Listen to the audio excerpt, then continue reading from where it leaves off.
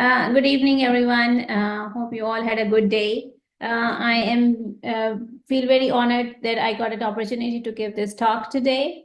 I know sleep is a very common problem, and we all sleep every day, but it's a very, I would say, neglected field of medicine, which we do not talk about a lot. So today I'm going to go over some of the basic information regarding sleep, sleep hygiene, common sleep disorders, and we will have a last 10 to 15 minutes question and answer sessions. Please, whatever questions you have, you can write it down even during the talk, and we can discuss it in the end. So let's start. We all know that, if we don't have a good night's sleep, which is every day, we wake up with all these symptoms, one or the other. Either you're tired, you're sleepy the next day, you have headaches. People, especially in elderly age group, memory issues, most common, which usually get neglected, that, some of the time it's just sleep problems causing memory problems rather than a true dementia. More irritability, especially in kids, teenagers, when the sleep quality is bad, they have a lot of mood issues. Problems with focus and brain fog, whatnot. The main thing which I want to highlight is that if you do not have a good quality of sleep for a while, for like, let's say for a year or something, it will slowly start getting to you and your immunity will start going down. And then, people who have lack of sleep, they would have more infections. There's a lot of research and data. They would have more infection and they would get sick more frequently as compared to the people who have good quality of sleep and good number of hours of sleep. So it's very, very important to have good night's sleep every night. So as I was touch basing, it's not only important for our physical well-being, that a well-rested body, when you sleep, all the cells of the body, they go through this restoration and they sort of like recharge when you are sleeping. If you get only 3-4 hours of sleep or poor quality of sleep, even if you sleep for 7 hours, your cells never get recharged. I would say like they're partially charged or something. You wake up, that's why you feel tired and everything. Mental well-being is another very important thing, if you have a well-rested sleep, you stay up, your cognitive functioning improve a lot, especially very important for kids who go to college and school, because if they have good night's sleep, they have REM sleep, that's the part of the sleep or deep sleep, in which all the memory part is like consolidated. That's why, we always tell kids, before the exam, have a good night's sleep. Third is very important, emotional well-being, if you have you're tired, sleepy, you have a jittery mood, it's going to affect your sleep a lot.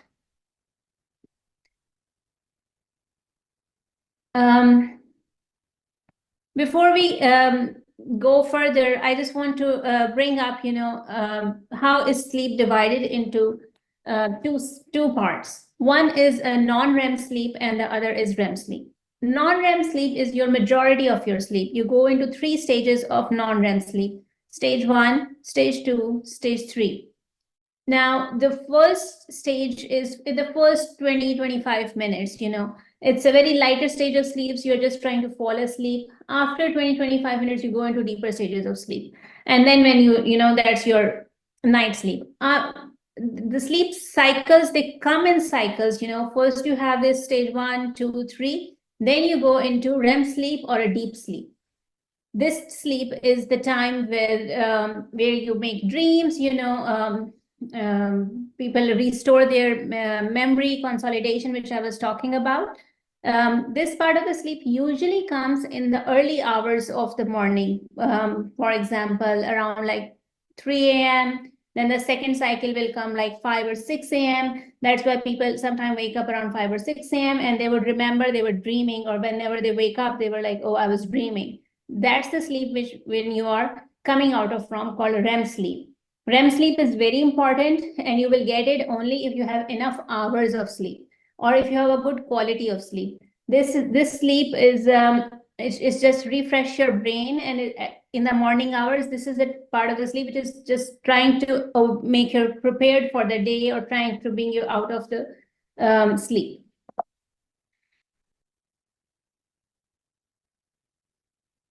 In order to go further, I want all of you to categorize yourself in one of these three categories. Majority of the population has what we call it a normal sleep cycle, in which they go to bed around, in United States, they go to bed around anywhere between 9:30 to 11, and then they wake up anywhere between 6 to 8 a.m. That's, majority of the population. But having said that, there are other two categories where people have their internal clocks or their internal sleep cycles. Internal sleep cycle, which I want to talk first, is about delayed sleep cycle, which is more common in the younger ages, teenagers, in 20s, between, high school kids, or it can persist throughout the life for 8 to 10% of the population. These people are called, or they identify themselves as night owls. They would say they are more energetic. They have, at nighttime, they have more strength and energy at nighttime. Even if the whole house is sleeping, these are kind of people who cannot fall asleep, even if the room is dark, environment is good and whatnot. So it's very important to identify yourself if you are a night owl. And I will tell you in a minute why is it important.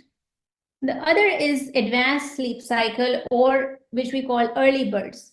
This is more common towards the later years of our life, after fifth or sixth decade of our life, that you tend to sleep early and wake up early. Sleep like around let's say like around 9 p.m. or something, and they would wake up at 4 a.m. Even if it's still dark, but they would still wake up and they'll be very refreshed. If you have to know your own cycle. By the time I finished defining these three sleep cycles, you already would know which one you belong to. So now you are born with this internal sleep clock. So ideally, everybody should just follow their own natural sleep cycle or their own clock. If we try to move against it, then there is a problem. But this is life. All schools start at one time, the day start at one time. So if somebody is an early bird advanced cycle, they would be up 4 o'clock in the morning. And by the time it's you have to go to work, you already are up for like 4 hours, And if somebody have delayed cycle, they tend to sleep late, maybe after midnight, and then they tend to wake up late around 10 or 11 o'clock. But if those people have to wake up early for their school or work, it's very difficult for them to get up early around 6 or 7 o'clock. And the first 2-3 hours, they'll be struggling, even if they're in a class, they won't be able to focus and their memory would be affected in the first 2-3 hours. So it's very important to know which category you belong to. The good thing is that if you belong to a delayed or advanced sleep cycle, it is totally treatable. We can do some bright light therapy, melatonin, some sleep schedules, we can follow with the sleep doctor, and it's totally treatable and manageable at least. But keeping it consistent is the key. What is melatonin, as I mentioned to you? Melatonin is a natural hormone. Everybody produces it. Every single day, we all make it. It is as soon we wake up, we start making some melatonin, and it keeps increasing to the amount that at the night time, we reach at the peak of melatonin. When we reach at the peak of melatonin, we fall asleep. It becomes very sleepy. We feel like we're tired. Our eyes are going to becoming heavy, and we feel like this is which we call it bedtime. It's actually the peak of melatonin at that time. And then, when you fall asleep, this melatonin start dissipating all night till it becomes at a zero level, and then you wake up. Now, the very important thing to know is that the more melatonin you make during the day, the more good you will have your sleep onset or easy sleep onset, and then you will be sleep through the night. As soon the sunlight rises and the sunlight hits your eyes, melatonin gets the signal, okay, it's daytime, let's go back. So melatonin starts decreasing and you wake up. This is very important to know that, sunlight and all these electronics which we use nowadays, laptops, computers, TVs, iPads, all of them, their wavelength and the sun's wavelength, sunlight, is almost similar. For the brain to identify that is coming from the sun or this light is coming from an iPad or an iPhone, it's very, very difficult. Brain cannot differentiate. So even if, the more you use these electronics, the less you're making your melatonin, and that's why you're delaying your sleep. Other important thing is hours of sleep.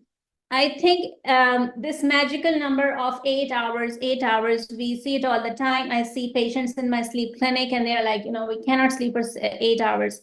I always tell patients, this is a magical number. It was a simple study done many years ago when they took like 100 people and then they have them in some place for like 30 days and regular activity, and they would allow them to sleep. After 30 days, what they did, that they asked and they average out that numbers of sleep, how much average one person sleeps. And that average number came out to be 8 hours. But very important to know, in that group of 100 people where they were doing that study, there were some people who were sleeping only for 6 hours. There were some people who were sleeping for 9 hours. But when they average out for the whole group, then it turned out to be 8 hours. Yes, ideally, everybody should sleep for 7 to 8 hours, but your sleep could be longer. You could be a little long sleeper. You may need 9 hours of sleep to feel recharged or refreshed. If somebody wakes you up at 8 after 8 hours, you're going to be groggy the first 1 hour because for you didn't get your required amount of sleep. Sleep is a very customized thing, I would say. Some people feel refreshed even if they sleep for 5-6 hours. They're good. They don't need 8 hours. They feel more tired if they sleep for 8 hours. You need to know your own number. And when I mean, to know your own number, like how many hours are required for you to wake up and then you feel refreshed, or you feel like, okay, I'm good for the day. I don't need to be in bed anymore. That is your number. Like for me, it's 8 hours, but for my husband, it's like 6.5 hours. And do not try to match with your spouse, match with your family members. That's how you're born with, and that's how many hours you require. If you need more hours of sleep, you need more hours of sleep. So what is sleep debt? We talk about a lot. You may have seen on internet, what is sleep debt? What happens is that nowadays, especially, that we do not get enough hours of sleep because there's a tendency or a culture, I would say, that we are delaying the sleep time from like 9 to 10 to 11. Now I see people go to bed around midnight, but in the morning they have to wake up 6 o'clock in the morning because they have to be at work or whatever. Let's say your requirement of sleep is 8 hours. You go to bed at midnight. You wake up at 6 a.m. and you needed 8 hours. Now you only got 6 hours. You have a 2 hours debt of sleep from that night. Now the next day comes, you repeat the same thing. Even you're tired in bed, but you're still on your phone or something, and you're not sleeping. Now the next day also, you had another 2 hours of debt. So that becomes 4 hours of debt in 48 hours. And this debt keep on building till the weekend comes and you say, okay, let me sleep in. Let me wake up till 11 o'clock. Okay. So you were waking at 6. Now you're waking at noon. You pay off some debt 4 or 5 hours from the whole week. But first of all, you didn't pay off the complete debt of sleep for the whole week by sleeping in one day on a weekend. Number 2, the biggest problem is that you are almost jet lagging yourself on the weekend. You're sleeping in late, and Saturday and Sunday, It's as if you're traveling from New Jersey, New York to California for the weekend, and then you're coming back on Monday, and then you're again waking up at 6 a.m. in the morning because you have to be at work. Your brain is confused. It doesn't know what's going on. What was my wake up time? So Monday morning, which we call it Monday blues, is a real thing because people do not follow their own routine sleep cycle on the weekend. They make their own sleep cycle. They stay up all night till 2 or 3 a.m. and then they're sleeping until 12 a.m. Ideally, as per sleep specialist point of view, I recommend even if you have to overlap or even if you have to sleep in on the weekend, that's fine, but no more than 2 hours. No more than 2 hours. If you are waking up at 6 o'clock during the whole week, please on the weekend try to wake up by 9 a.m. maximum. 8:30, 9 a.m. That's it. Not later than that. It's gonna mess up your whole sleep cycle. And in like 1 or 2 years, if you keep it consistent, you're gonna develop insomnia. So over here, I see a lot of hesitancy towards taking a nap. Taking a nap is actually a very good thing. It's highly recommended. And if you even see from sleep cycle point of view, from melatonin point of view, when we take lunch, naturally, a little bit of melatonin is released from our brain. This is like around 1 p.m., 12:30, 1 p.m., especially after eating lunch. Lunch is kind of a signal for the brain to release a little bit of melatonin. Melatonin, as I explained to you, is a sleep hormone, so it makes you sleepy. If you have the opportunity, if the time allows, if you're at home or if you're on a lunch break at your work or school, take a nap. Take a nap, but nap doesn't have to be long enough for like 1 or 2 hours, Anything less than 20, 25 minutes is good enough. It's very refreshing. It's naturally your brain is demanding you at that time. Please take a nap. You take a nap, you just go to first stage of sleep, which is called stage N1, which is very refreshing. And then, after 20 minutes, you wake up. So you feel refreshed. Number two, you did not go into deeper stages of sleep. So you did not start your nighttime sleep cycle. And, rest of the night, so rest of the day from like afternoon till nighttime, you feel refreshed. You give yourself a little recharge by taking this small nap in the afternoon. And if the nap is less than 20 minutes, it does not affect your nighttime sleep. People have this fear, if I take a nap in the afternoon, I won't be able to sleep at night. No, you would be able to sleep at nighttime. The only thing is you have to make sure not to take a very long nap. You have to either set up an alarm clock or you have to ask someone at house, please wake me up in 20 minutes. It's highly recommended. There are areas in the world where it's a very common, normal thing. In Japan, everybody takes a nap after lunch, even if they're offices and schools. So it's a very common practice, and it just gives you a lot of recharge energy to your brain as well. When we're talking about sleep, I think the most important thing is talk about is sleep hygiene. We see a lot of advertisement. Now I see some people make videos on TikTok, social media. So what is sleep hygiene? How can we keep our sleep clean? So that's what it is. Number one thing is to have a same routine every single day. Start with, if you are starting with brushing your teeth, having your dinner, changing your PJs, relaxation, and, meditation, going to bed, keep it consistent, the same every single night. Like if you are brushing your teeth and changing your PJs after, it has to be consistent. What happens is that when you start telling your brain, okay, it's bedtime, let's go to bed, and you do your first signal, brush your teeth. Brain gets the first signal, okay, first signal, I have to go to sleep. Number two, change your PJs. Second signal goes to the brain. Okay, second signal. Number three, meditation. Third signal. Brain then starts activating the sleep, start getting prepared. Okay, I'm getting all these signals. it's time to bed. Let's leave the worries away. Let's start preparing for bedtime, and let's start releasing the melatonin so the person can fall asleep. Keeping a consistent routine is very important, and that's very, very important for kids because at that time they develop this habit of this whole sleep hygiene and sleep routine. Bedroom environment is another thing we never used to talk about it before, but recently we have been talking about it and telling patients about it because of all these fancy lights, electronics. Even I see a lot of fancy night lights on the market. Keeping it as dark as possible, that is the key. The more darker it is, the more melatonin is going to be released.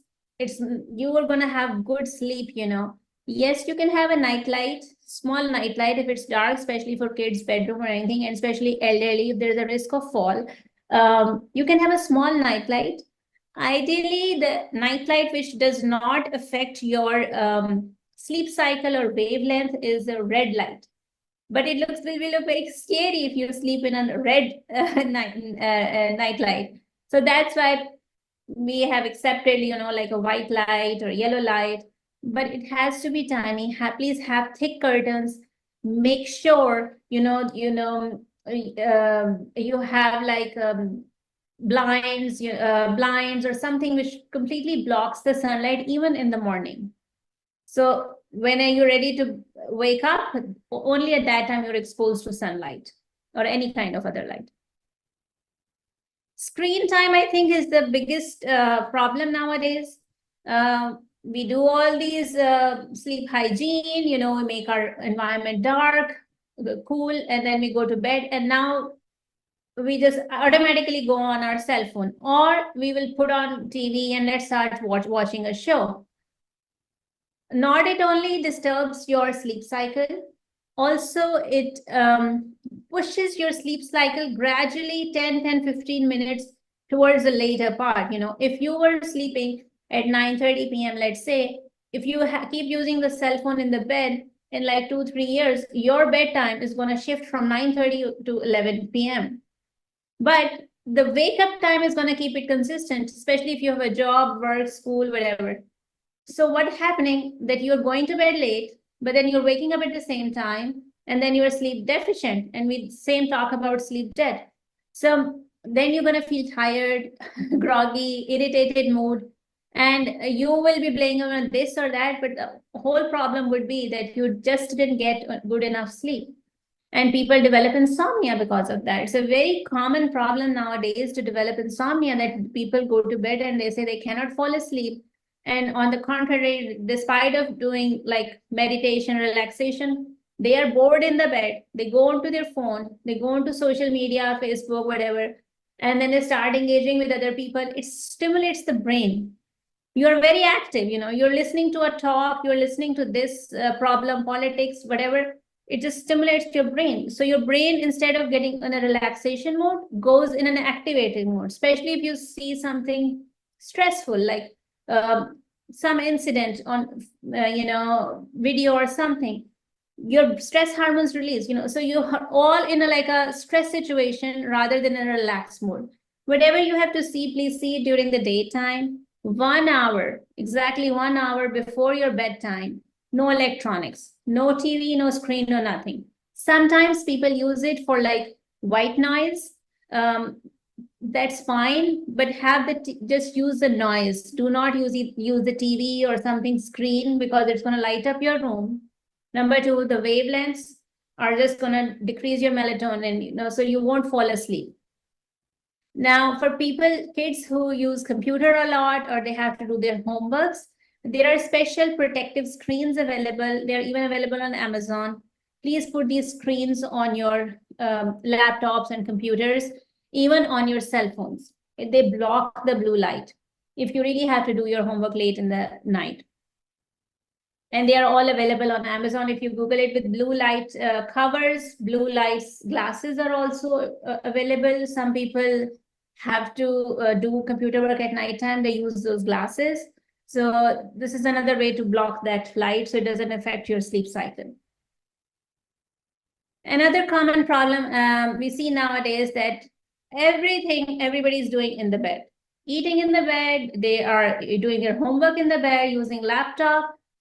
This is not good sleep hygiene. It's over the years, after 2, 3, 4 years, when you go, your brain just disassociates from what is the place to sleep, or is it a place to sleep, or it is the place to um, like activities, everything. So bed should only be for sleeping. When you feel sleepy, go to bed only at that time. Everything should be out of the bed. If you have to do homework, whatever, have a small table and a chair, do it over there. Do not eat in bed, because this bed then becomes the whole place for doing everything. And when it's time to go to sleep, your brain doesn't even know where I am. Brain is still in the same place. So, you won't fall asleep. Especially very common I see with kids and teenagers. They're just laying in bed, especially in COVID times. Even they were waking up and having the laptop on and starting their classes from there. That's not good. So please teach your kids to just go to bed when they're sleepy. Stress reduction is a very important and difficult thing, I would say, to do. When we go into bed, especially I'm talking about elderly, it becomes sometimes impossible to, unwind or disassociate for yourself from all day stress or the next day activities. You go there and then you start thinking about tomorrow, I'm going to do this. Oh, what happens if this doesn't happen? All these things, they just stimulate your brain, and you're also stimulated. And then after 30 minutes, you're going to start stressing out, oh, why I'm not sleeping? What happened? Sleep is not coming. And then it's going to get you more frustrated. It's very difficult. Stress reduction in bed, it's difficult, but it's a practice. You just have to practice. Two key things which we tell patients: if you go to bed and you're thinking about this and that, number one, if you know it's your habit, in the evening, before you go to bed, write down things which have been making you worry. You can do it in your phone, in the notes. You can have a diary for it. Just 1, 2, 3, 4, I have to do bank stuff tomorrow. I have to get my car fixed. 1, 2, 3, 4. Just write it down. Number two, when you go into bed, if you have the same thought coming, like I have to get my car fixed tomorrow, imagine, close your eyes, imagine that there is a blue sky, there is a cloud, and you put that worry or a thought in that cloud, fix my car, and then you relax and blow it off. And you imagine that that cloud is gone and you have taken care of it. After 5 minutes, again, thought comes, oh, I have to fix my car. Then you will yourself tell you, oh, I already thought about it. I already wrote it down in my book. I already had a cloud taking care of it, and I have blown that worry away.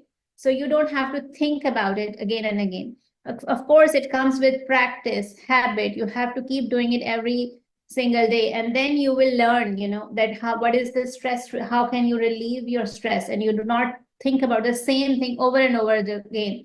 This mind racing has to stop. Otherwise, you won't be able to fall asleep. There are many relaxation techniques, as one I mentioned already: writing down, thinking about the cloud, and pushing your worries away. Meditation is another very good thing, whatever means you have, praying, meditating, listening to the meditation music. That is also very helpful. Listening to a podcast, that is good, but listening, not watching. Deep breathing exercises. There are a lot of YouTube videos which are okay, if you do deep breathing, it just relaxes your mind also and puts you to sleep. You must know one or the other thing which works for you. You just need to know what works for you. For me, meditation works. For another person, listening to a podcast may work. Light control, as I mentioned, dark room at night time. But at the same time, when you wake up in the morning and we start our day, we go to the bathroom, we're doing this and this, everybody forgets to pull their curtains, get that sunlight inside, get the fresh morning light inside your rooms. Yes, dark curtains, thick curtains are okay at night time, very important. But when the morning light comes, it goes to your eyes, it goes to your brain, it gives a very good signal. It's morning time. Let's fresh up. So brain start recharging all the systems. Melatonin, which is your sleep hormone, as soon as it sees the sunlight, it runs away. Okay, sunlight is here. My job is done. It goes back to the brain. So it's very important, especially if you have kids who are school going and you wake them up in the morning, please pull the curtains. Because that first 1 hour people are just doing their stuff in the dark room or bathroom. Even people don't turn on their lights. The other common problem we see a lot, but we don't talk about it, is dinner time. I know most of the people eat dinner at 6, but people who go to work, or have long hours at work, or they go to gym after work, they tend to have dinner very late, and then with the dinner, they would either have a glass of wine or, a little beer or something. They're just not good at late at night. Dinner should be 4 hours before your bedtime. The food has to be digested before you go to bed. Not only is important for sleep, also you're gonna gain weight if you eat closer to bedtime and then you go to sleep. Your food is not metabolized, it's not digested, and now you're sleeping, and your metabolism is very, very slow. Metabolism is very slow because you're sleeping, and all the organs, all the systems, they go into that low sleep mode. Now, the food which has to be digested like in 2 hours, now it's going to take 4 hours for it to digest. Then you're going to develop a problem of acid reflux at nighttime, which is going to wake you up coughing or other problems. Number two, you're going to gain fat. And most of the time, people who eat late or closer to bedtime, they develop fat over their belly. The belly starts coming out. And it is a very stubborn fat, very difficult to get rid of. You have to do a lot of exercises so you can get rid of it. And the easy fix is have dinner 4 hours before your bedtime. The other thing which I touched base was alcohol.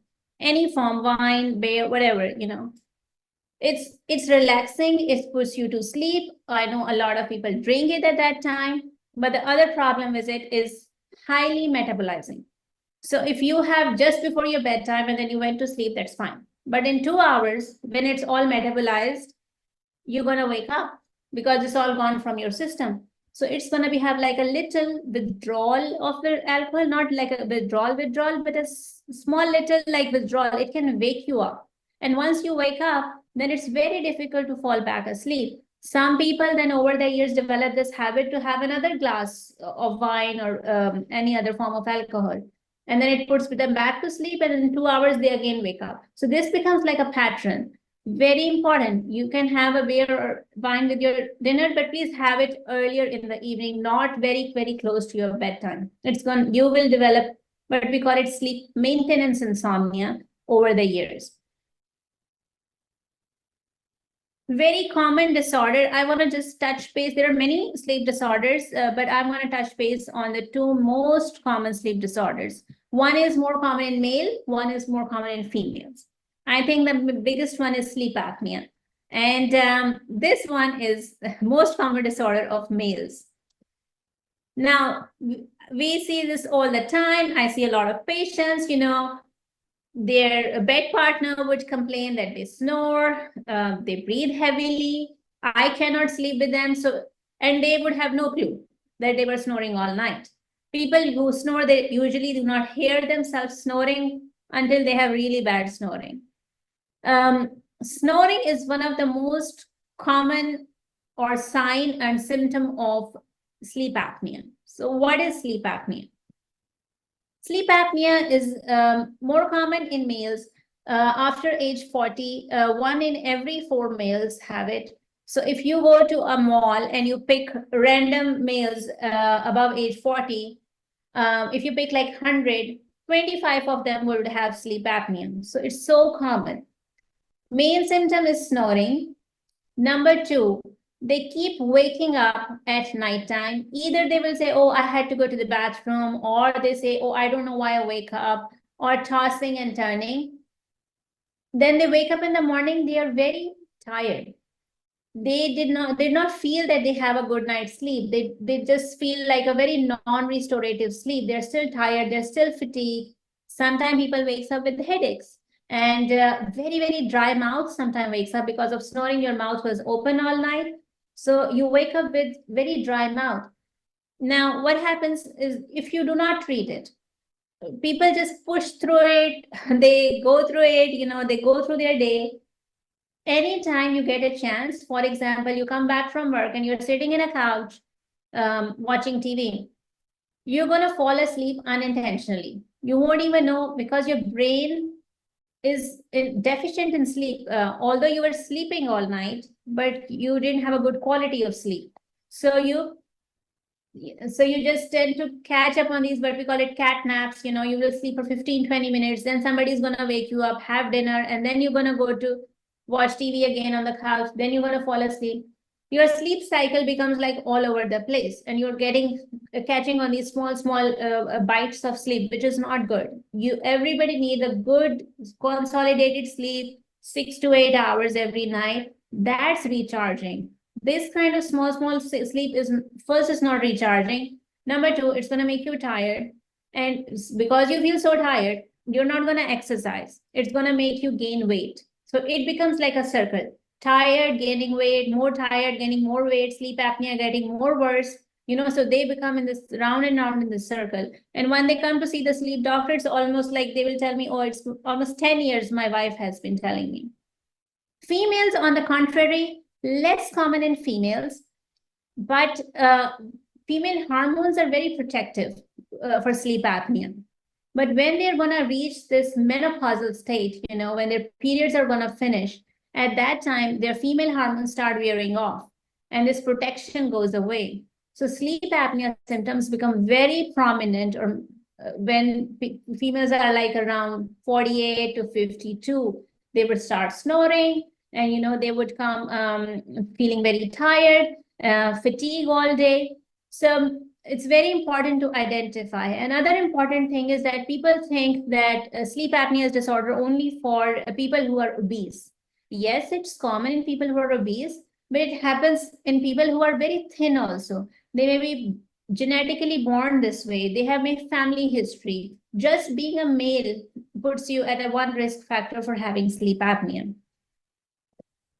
As I was mentioning, people come to our clinics and they say, we have this problem for like 10 years, 15 years. They don't treat it. What if you don't treat sleep apnea? These are one of the few commons which I put it together. Workplace accidents, because you're tired, you're sleepy, you have brain fog. Sleeping, some people just cannot even resist. They can fall asleep even if they are standing on a night stop sign. Erectile dysfunctioning, one of the very common ones and most neglected ones. Stroke, high blood pressure, heart problems, rhythm problem, atrial fibrillation, diabetes, hypertension, all these comes of untreated obstructive sleep apnea for a longer time. You are welcoming all these medical problems because you are low in oxygen all night.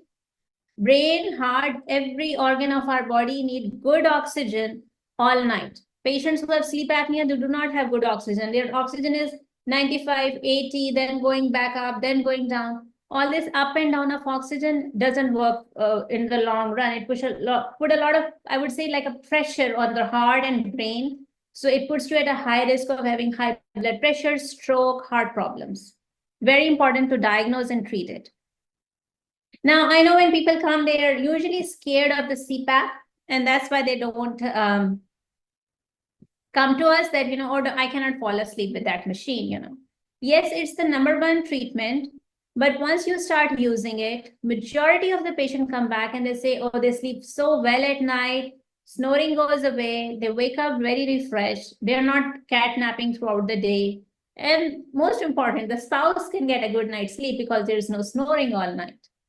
So there are a lot of new masks right now, and there are new modalities also, some dental devices. Then there is an Inspire, which is like a sort of like a pacemaker device for treatment of sleep apnea. A lot of the latest technology has come.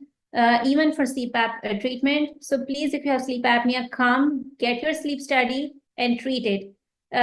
You would be surprised how much it would improve your sleep quality as well as your spouse sleep quality. Now I'm going to talk about the most common disorder of the females. Also, it happens in males as well, insomnia. That they cannot fall asleep, sleep initiating insomnia, or they cannot maintain their sleep, that they keep waking up at nighttime, and once they wake up, it's difficult for them to go back to sleep. So what is insomnia? Insomnia is that, you go to bed, you do your sleep hygiene, you have a good room environment, but now you're laying in bed and then you are thinking about like everything, and your mind start racing. You cannot shut it down, you cannot relax yourself, and you cannot fall asleep. And this happens every single night and just perpetuates the problem every single night. Usually there is a precipitant or some incident in your life happens, something happens that when you go to like this insomnia, loss of a family member, workplace issues, anything, anxiety, depression, mental health disorders, they're usually something in your life would change, and then you start having insomnia. This is another problem which people push through it, for years. They come to us, oh, I have this problem for 5 years. I lost a friend 6 years ago and I couldn't fall asleep. And after that, I was never able to sleep back normally. It's a very treatable disorder. Sleeping pills is not the only option available. And I know that's the most common thing. When people come, they say, oh, I didn't want to be on a sleeping pill. I don't want to be dependent on something. And that's why I never came and see a sleep doctor. There are many other options which we can treat. Even if you have to be on a sleeping pill, it's usually temporary for a few months, for a year, and then we can try to taper you off of it. There are many techniques which we can tell you. There are many resources online even available to treat your insomnia. The most important is to treat your anxiety or depression. If you have anxiety or depression, the anxiety, depression, or mental health issue and insomnia are like this. It's very difficult to separate and treat the two. If you have to treat your insomnia, you have to treat the underlying anxiety and depression. If you have it, go to see a psychiatrist, get them treated, and then we can treat your insomnia. And it's literally fixable, few months, 6 months, 1 year, and it's fixable, and you will go back to your normal sleep cycle. Don't be hesitant coming and seeking help for it. Sleeping pills are not the only option. Most common causes of insomnia, as I mentioned, mental health disorders, but there are other things as well. For example, you traveled to another time zone and you stayed there for 2-3 weeks. You come back and now your whole sleep cycle is messed up. Blue light, I had mentioned, I think many times in my lecture today, cell phones, no cell phones in bed, no TV, cell phones in bed, iPads, no iPads in bed. Alcohol, as I mentioned to you, smoking is very stimulating to the brain. Drinking coffee, especially late evening. Do not drink coffee, tea after 2 or 3 p.m. It's gonna stimulate your brain. Number two, they make you go to the bathroom a lot. So even if you fall asleep, they have a little bit of diuretic effect. You're gonna keep waking up to go to the bathroom. So avoid caffeine at least like 2 or 3 p.m. That's it, not after that.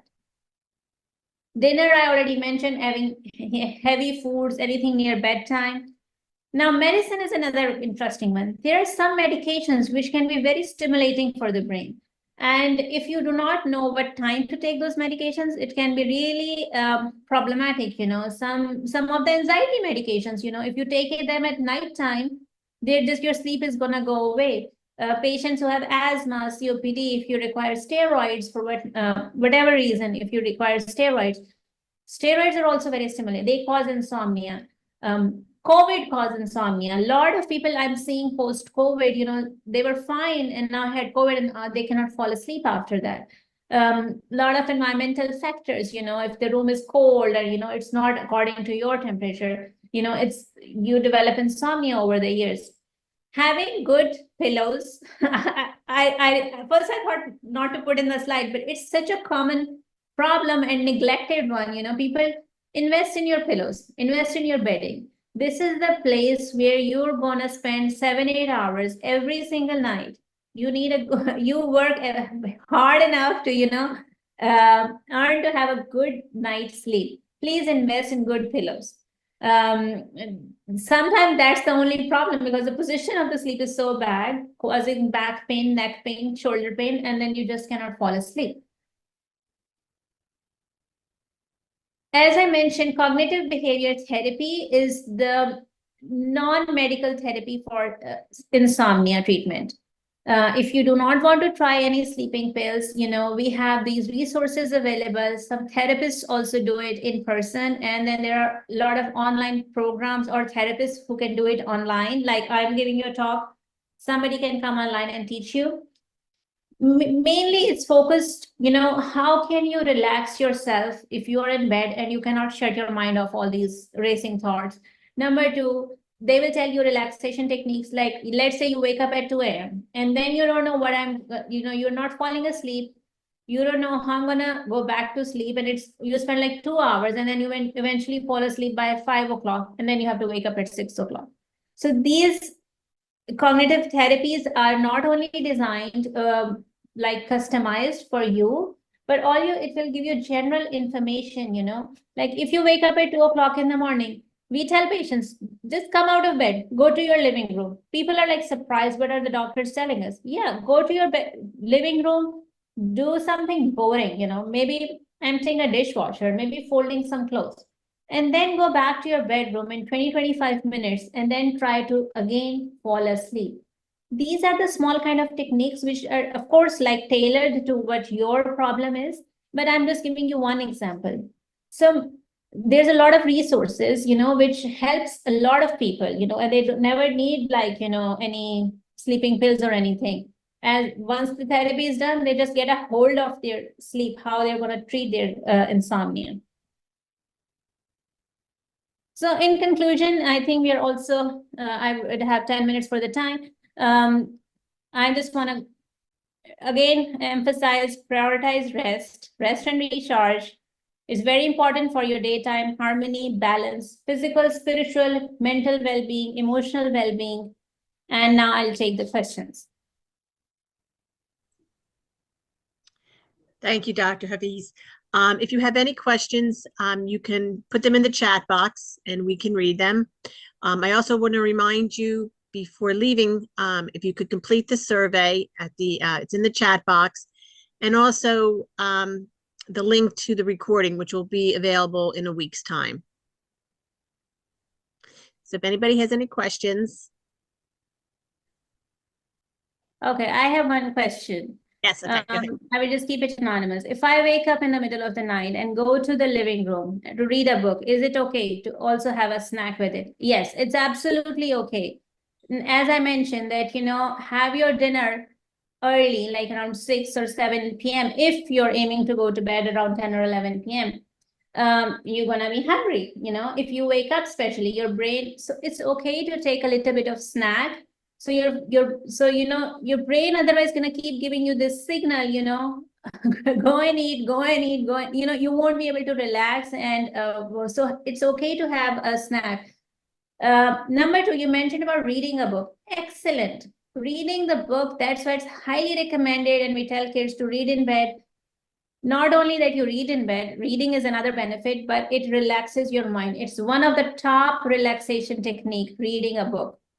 But do not turn on the whole lights of your room. Please have it maybe nightstand, night light, some dim light or reading lights. Now they have a lot of fancy things on Amazon.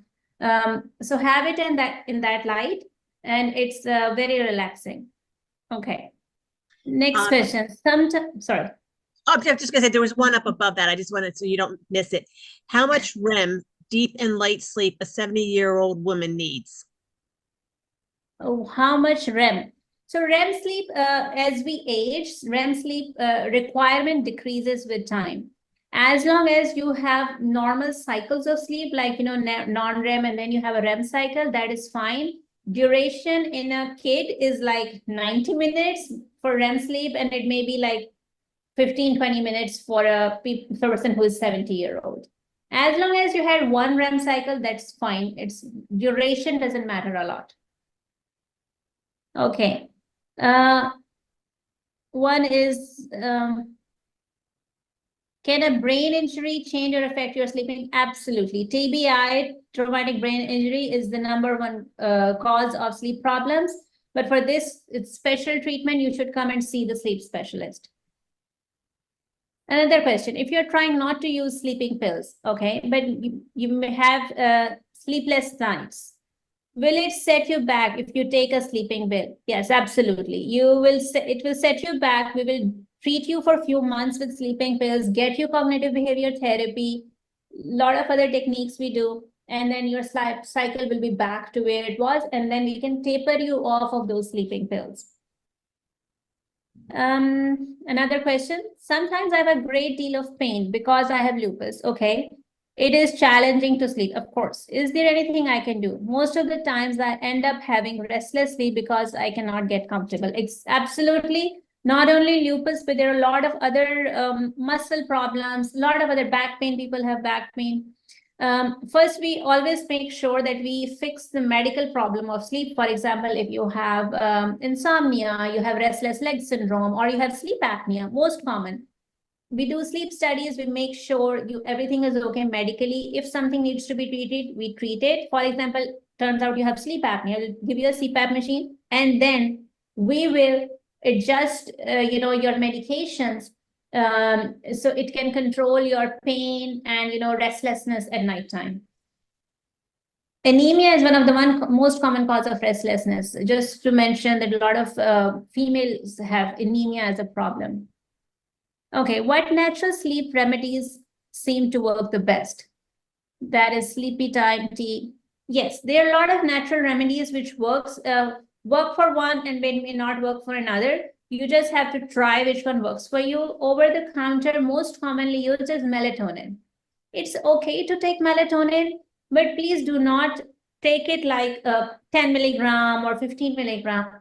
You just have to supplement your melatonin a little bit. You make your own melatonin. All you need is to achieve that peak which I was talking about. So you can just have your melatonin, maybe 1 hour. If you think you're going to go to bed 11 o'clock, yes, an hour before bed, you supplement your melatonin with extra melatonin. But problem with melatonin, I see people come to us, like, oh, I have been taking melatonin for like 1 or 2 years.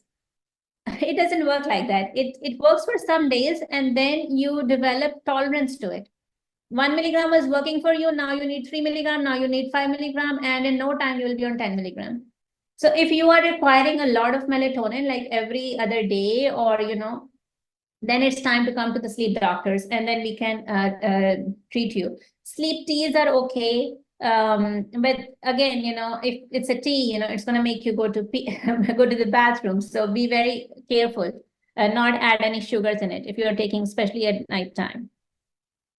How thorough a Fitbit is in measuring your sleep cycle? I mean, there's no data like side to side comparing the devices. Like this device is good from this device is better. They're relatively okay, but they're not very accurate. They are not as accurate as doing a sleep study, but it will give you some sense, at least it will tell you that you are having stages of sleep, you're having REM sleep or deep sleep, or you're missing your REM sleep, or how many hours you were sleeping. So relatively okay, but not 100% accurate. Is it okay to listen to the music before bedtime? It's absolutely okay. It's highly recommended, actually. This is called white noise, that you use it for relaxation. Music is okay, listening to like, not like pop music, but like, relaxing music, birds chirping, something like that. It's very relaxing. It puts you to sleep.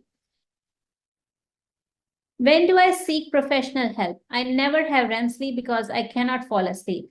I fall asleep while driving every day. So I see a lot of problems. You need to come and see a sleep doctor. We need to do your sleep study, and we need to see what's the problem. When we do the sleep study, especially in the sleep center, it's done with the brain leads.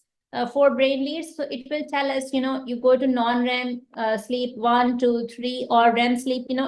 I will be able to read your sleep study that it's you have REM sleep or yes or no. See my question regarding sleeping pills. I think I answered that question regarding sleeping pills. Yep. Any other question? New message. That's fine. I cannot mention the brand. Alan asked, the brand is okay. I cannot mention the name of the brand, but that's okay.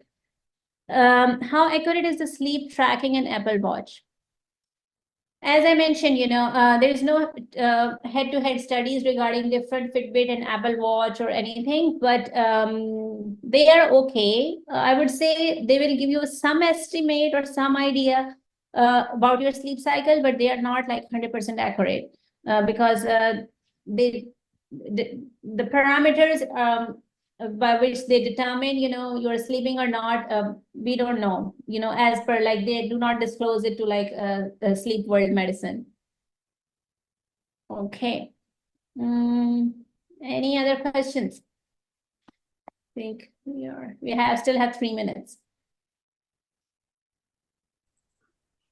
One thing I did not mention, since I'm not getting any question, is daytime sleepiness. A lot of people I see just push through it and they are very tired and sleepy during the day. There are multiple causes of it. Not only sleep apnea, narcolepsy, very common problem in kids. They're very sleepy. They cannot keep themselves awake during the class time. Studies get affected. Some people eventually the career get affected. All you need to do is just see the specialist. Number 2, in kids, sleep apnea is very common in kids as well. If you see any kid who are snoring, they are very jittery during the day, tired during the day, please get them help. Please have them see the sleep doctors. I think we are done. I think time is also running. If you have any further questions, you can ask me later and I'll be able to send you email or anything. But it was very nice talking to you and sharing all this information. Thank you.